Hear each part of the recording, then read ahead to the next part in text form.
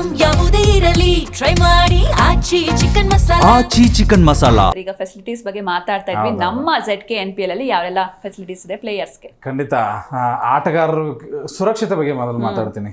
ಪ್ರತಿಯೊಬ್ಬ ಆಟಗಾರರಿಗೆ ಏನು ZKNPL ಅಲ್ಲಿ ಏನೇನು ಎಷ್ಟು ಜನ ಆಟಗಾರರು ಭಾಗವಹಿಸ್ತಾ ಇದ್ದಾರೋ ಅವ್ರಿಗೆ ಏನೇ ತೊಂದರೆ ಆದರೂ ಕೂಡ ನಾವು ಅದಕ್ಕೆ ಕ್ರಮ ತಗೊಳ್ತೀವಿ. ಅದರ ಜೊತೆಗೆ ಅವ್ರಿಗೆ 1 ಲಕ್ಷ ರೂಪಾಯಿವರೆಗೂ ಕೂಡ ಇನ್ಶೂರೆನ್ಸ್ ನಮ್ಮ ಜಿ ಕನ್ನಡ ನ್ಯೂಸ್ ವತಿಯಿಂದ ಮಾಡಿಸ್ತಾ ಇದ್ದೀವಿ. ಅಂದರೆ ಆಟ ಸಮಯದಲ್ಲಿ ಯಾವಾಗ ಏನಾಗುತ್ತೋ ಗೊತ್ತಾಗಲ್ಲ, ಇಂಜುರಿಗಳು ಆಗ್ತಾ ಇರ್ಬೋದು, ಏನೋ ಪ್ರಾಬ್ಲಮ್ಸ್ಗಳು ಆಗ್ಬೋದು. ಏನೇ ಪ್ರಾಬ್ಲಮ್ ಆದರೂ ಕೂಡ ಅವ್ರಿಗೆ ಇನ್ಶೂರೆನ್ಸ್ ಕ್ಲೈಮ್ ಆಗುತ್ತೆ. ನೋಡಿ, ಇದು ಯಾವ ಟೂರ್ನಮೆಂಟಲ್ಲೂ ಇದನ್ನ ಮಾಡೇ ಇಲ್ಲ. ಆ್ಯಕ್ಚುಲಿ ಆಟಗಾರರಿಗೆ ಯಾರು ಇನ್ಶೂರೆನ್ಸ್ ಮಾಡ್ತಾರೆ? ಭಾಳ ಅಂದರೆ ಮೆಡಿಕಲ್ ಎಮರ್ಜೆನ್ಸಿ ಒಂದು ಆಂಬ್ಯುಲೆನ್ಸ್ ಆಟಗಾರರಿಗೆ ನೋಡಿ 1 ಲಕ್ಷ ರೂಪಾಯಿಗಿಂತ ಹೆಚ್ಚಿಗೆ ಇನ್ಶೂರೆನ್ಸ್ ಮಾಡಿಸ್ತಾ ಇದೀವಿ. ಆಂಬ್ಯುಲೆನ್ಸ್ ವ್ಯವಸ್ಥೆ ಖಂಡಿತವಾಗ್ಲೂ ಇದ್ದೇ ಇರುತ್ತೆ. ಮತ್ತೆ ಅಲ್ಲಿ ಯಾವುದೇ ತೊಂದರೆ ಆಟಗಾರರಿಗೆ ಆಗೋದಿಲ್ಲ. ಆ ಒಂದು ನಂಬಿಕೆ ಅಂತೂ ನಾವು ಕೊಡ್ತೀವಿ. ಮತ್ತೆ ಆಟಗಾರರಿಗೆ ಯಾವ ಥರ ಇದಿರುತ್ತೆ ಅಂತಂದರೆ, ನಾವು ಈಗ ಟೂರ್ನಮೆಂಟ್ ಅಂದ ತಕ್ಷಣ ಹೋಗಿ ಆಟ ಆಡಿ ಬರೋದಿಲ್ಲ. ಅವ್ರಿಗೊಂದು ಒಳ್ಳೆ ಎಂಟ್ರಿ ಕೊಡ್ತೀವಿ. ಅವ್ರಿಗೆ ಫೀಲ್ ಆಗಬೇಕು ನಾವು ದೊಡ್ಡ ಟೂರ್ನಮೆಂಟ್ ಆಡ್ತಾ ಇದ್ದೀವಿ ಅಂತ ಹೇಳಿ.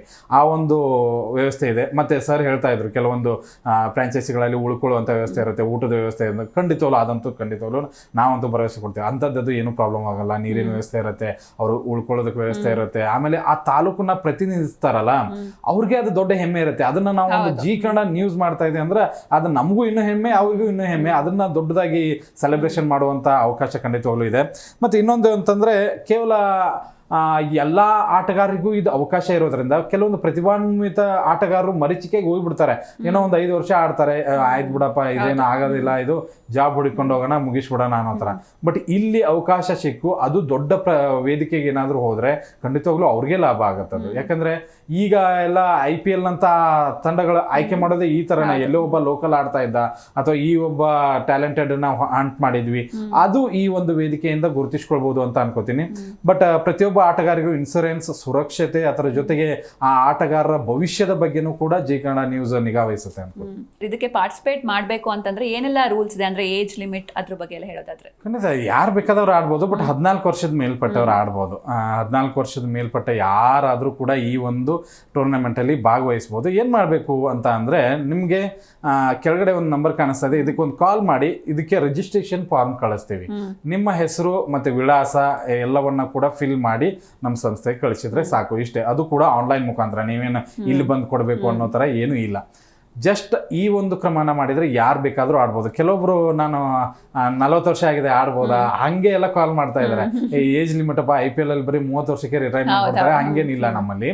ನಿಮಗೆ ಟ್ಯಾಲೆಂಟ್ ಇತ್ತು ಅಂದರೆ 40 ಅಲ್ಲ, 45 ಅಲ್ಲ, 50 ಅಲ್ಲ, ನಿಮ್ಗೆ ಏನೇ ಏಜ್ ಇರಲಿ ನೀವು ಪಾರ್ಟಿಸಿಪೇಟ್ ಮಾಡ್ಬೋದು. ಯಾರು ಬೇಕಾದರೂ ಕೂಡ ಫಾರ್ಮ್ನ ಫಿಲ್ ಮಾಡಿ ನಮಗೆ ಕಳಿಸ್ಬೋದು. ಬಟ್ ಏನು ಅಂತಂದರೆ 14 ವರ್ಷದ ಮೇಲ್ಪಟ್ಟ ಆಗಿರಬೇಕು. ನಿಮ್ಮ ಟ್ಯಾಲೆಂಟ್ ಏನಾದರೂ ಇದ್ದರೆ ಖಂಡಿತವಾಗ್ಲೂ ಅದನ್ನು ಯಾವ ವಿಭಾಗದಲ್ಲೂ ತೋರಿಸ್ಕೊಡಿ. ಬ್ಯಾಟಿಂಗ್ ವಿಭಾಗ, ಫೀಲ್ಡಿಂಗ್ ಅಲ್ಲೂ ಕೆಲವೊಬ್ರು ಕಮಾಲ್ ಆಗಿರ್ತಾರೆ. ಆ ಒಂದು ವಿಭಾಗ, ಬೌಲರ್ಸ್ ನೋಡಿ, ಒಳ್ಳೆ ವೇಗದ ಬೌಲರ್ಗಿಂತ ನಮ್ಮಲ್ಲಿ ಸ್ಪಿನ್ ಬೌಲಿಂಗ್ಗಳು ನೋಡಿ, ಟೆಕ್ನಿಕ್ ಬೌಲರ್ಸ್ಗಳು ಇದ್ದಾರೆ. ಇನ್ ಸ್ವಿಂಗು, ಔಟ್ ಸ್ವಿಂಗು, ಅಂಥವರೆಲ್ಲ 30 ವರ್ಷ ಆಗಿರ್ಬೋದು, 40 ವರ್ಷ ಆಗಿದ್ರೆ, ನೀವು ಏನೇ ಆಗಿರಲಿ, 15 ವರ್ಷ 20 ವರ್ಷ ಬೇಕಾದವ್ರು ಬಂದು ರಿಜಿಸ್ಟ್ರೇಷನ್ ಮಾಡ್ಕೊಳ್ಳಿ. ಅದಕ್ಕಂತೂ ಯಾವುದೇ ಏಜ್ ಲಿಮಿಟ್ ಇಲ್ಲ. 14 ವರ್ಷದಿಂದ ನೀವು ಯಾವ ಏಜ್ದವರಾದರೂ ಕೂಡ ಈ ಒಂದು ZKNPL ಅಲ್ಲಿ ಭಾಗವಹಿಸಿ ಎಂಜಾಯ್ ಮಾಡ್ಬೋದು. ನಿಮ್ಮ ಕಡೆಯಿಂದ ಏನು ಟಿಪ್ಸ್ ಕೊಡ್ತೀರಾ ಪ್ಲೇಯರ್ಸ್ಗೆ? ಖಂಡಿತ ಇದೊಂದು ದೊಡ್ಡ ವೇದಿಕೆ. ಇಂಥ ವೇದಿಕೆ ನಾವು ಸೃಷ್ಟಿ ಮಾಡಿದ್ದೀವಿ ಅನ್ನೋದಕ್ಕಿಂತ ಕ್ರಿಕೆಟ್ ಅದನ್ನು ಆಹ್ಲಾದಿಸುತ್ತೆ. ಆ ಒಂದು ಆಹ್ಲಾದವನ್ನು ನೀವು ಎಲ್ಲರೂ ಪಡ್ಕೋಬೇಕು. ನಿಮ್ಮ ಹತ್ರ ಟ್ಯಾಲೆಂಟ್ ಇದೆಯಾ, ಅದನ್ನು ಸುಮ್ಮನೆ ಎಲ್ಲೋ ಸಣ್ಣ ಪುಟ್ಟ ಟೂರ್ನಮೆಂಟ್ಗಳನ್ನು ಆಡಿ ಅಲ್ಲಿಗೆ ಅದನ್ನು ನಿಲ್ಲಿಸಬೇಡಿ ಅನ್ನೋದು ಒಂದು ಉದ್ದೇಶ. ಪ್ರತಿಯೊಂದು ತಾಲೂಕುಗಳಲ್ಲೂ ಘಟಾನುಘಟಿ ಆಟಗಾರನ ನಾವು ನೋಡಿದ್ದೀವಿ. ನಮ್ಮೂರು ಗ್ರಾಮಗಳಲ್ಲೇ ನಾವು ನೋಡ್ತಾ ಇದ್ವಿ. ಎಂಥ ಬೌಲರ್ ಈತನಿಗೆ ಒಂದು ಒಳ್ಳೆ ವೇದಿಕೆ ಸಿಗಬೇಕಲ್ಲ. ಅಂಥ ವೇದಿಕೆ ಇದೆ. ಆ ವೇದಿಕೆಯನ್ನು ಸದುಪಯೋಗ ಮಾಡ್ಕೊಳ್ಳಿ. ನಿಮ್ಮನ್ನೇನಾದರೂ ಫ್ರಾಂಚೈಸಿ ಖರೀದಿ ಮಾಡಿದರೆ ನಿಮ್ಮ ಸ್ಥಾನ ಇನ್ನೂ ಡಬಲ್ ತ್ರಿಬಲ್ ಮೇಲುಗಡೆ ಹೋಗುತ್ತೆ. ಈಗ ನೋಡಿ, ಸರ್ ಕೂಡ ಅಂಪೈರಿಂಗ್ ಯಾವ ರೀತಿ ಸ್ಟಾರ್ಟ್ ಮಾಡಿದ್ರು ಅಂದರೆ, ಒಂದು ಅಲೆ ನೋಡಿದೆ ನಾನು, ಅದರಿಂದ ಒಂಥರ ಡಿಫ್ರೆಂಟ್ ಆಗಿ ಬಂತು. ಆ ಅಲೆ ನಿಮ್ಮ ಬಾಳಲ್ಲೂ ಬರಲಿ, ಪ್ರತಿಯೊಬ್ಬರ ಬಾಳಲ್ಲೂ ಬರಲಿ. ಕೇವಲ ಇದು ಒಂದು ಟೂರ್ನಮೆಂಟ್ಗೆ ಮಾತ್ರ ಸೀಮಿತ ಆಗಿರಲ್ಲ. ನೀವು ಇಲ್ಲಿ ಏನಾದರೂ ನಿಮ್ಮ ಒಂದು ಆಟವನ್ನು ಅಥವಾ ನಿಮ್ಮ ಒಂದು ಪ್ರತಿಭೆಯನ್ನು ಪ್ರತಿನಿಧಿಸಿ ಅದು ಒಳ್ಳೆಯ ಪ್ರದರ್ಶನವನ್ನು ಮೂಡಿ ಬಂದರೆ ಖಂಡಿತವಾಗ್ಲೂ ಮುಂದೆ ಇದಕ್ಕೆ ದೊಡ್ಡ ಅವಕಾಶಗಳು ಸಿಗುತ್ತೆ. ಅದರ ಜೊತೆಗೆ ನಿಮ್ಮ ಜೀವನವನ್ನು ಕಟ್ಟಿಕೊಳ್ಳೋದಕ್ಕೆ ಒಂದು ದೊಡ್ಡ ವೇದಿಕೆ ಆಗುತ್ತೆ. ಇದು ಮೊದಲ ಹೆಜ್ಜೆ ಅಷ್ಟೇ. ಇನ್ನೂ ಹೆಜ್ಜೆಗಳು ತುಂಬ ದೊಡ್ಡದಿದೆ. ಕೇವಲ ನಮ್ಮ ಜಿ ಕನ್ನಡ ನ್ಯೂಸ್ ಇದನ್ನೊಂದು ಮಾಡಿ ಓಕೆ ಆಡಿಸಿದ್ವಿ ಬಂದ್ವಿ ಇಲ್ಲ. ಆ ಪ್ರತಿಭೆಗಳನ್ನು ಗುರುತಿಸಿ ಮುಂದಿನ ಹಂತಕ್ಕೆ ಅವ್ರು ಹೇಗೆ ಹೋಗಬೇಕು, ಅವರ ಜೀವನದ ದಾರಿಯನ್ನು ಹೇಗೆ ತೋರಿಸ್ಬೇಕು ಅನ್ನೋದನ್ನು ಕೂಡ ಸಾಕಷ್ಟು ನಾವೆಲ್ಲ ಪ್ಲ್ಯಾನ್ ಮಾಡಿ ಇಟ್ಕೊಂಡಿದ್ದೀವಿ. ಖಂಡಿತವಾಗ್ಲೂ ಅದಂತೂ ಆಟಗಾರರಿಗೆ ಖಂಡಿತವಾಗ್ಲೂ ಸಿಗುತ್ತೆ.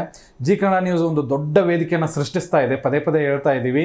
ಆ ವೇದಿಕೆಯಲ್ಲಿ ನಿಮ್ಮ ಪ್ರತಿಭೆಯನ್ನು ಗುರುತಿಸಿಕೊಂಡು, ನಿಮ್ಮ ಪ್ರತಿಭೆಯನ್ನು ತೋರಿಸಿಕೊಂಡು ಮುಂದೆ ಬೆಳೆಯಿರಿ, ಪಾರ್ಟಿಸಿಪೇಟ್ ಮಾಡಿ ಎಲ್ಲರೂ ಅಂತ ಹೇಳ್ತೀನಿ.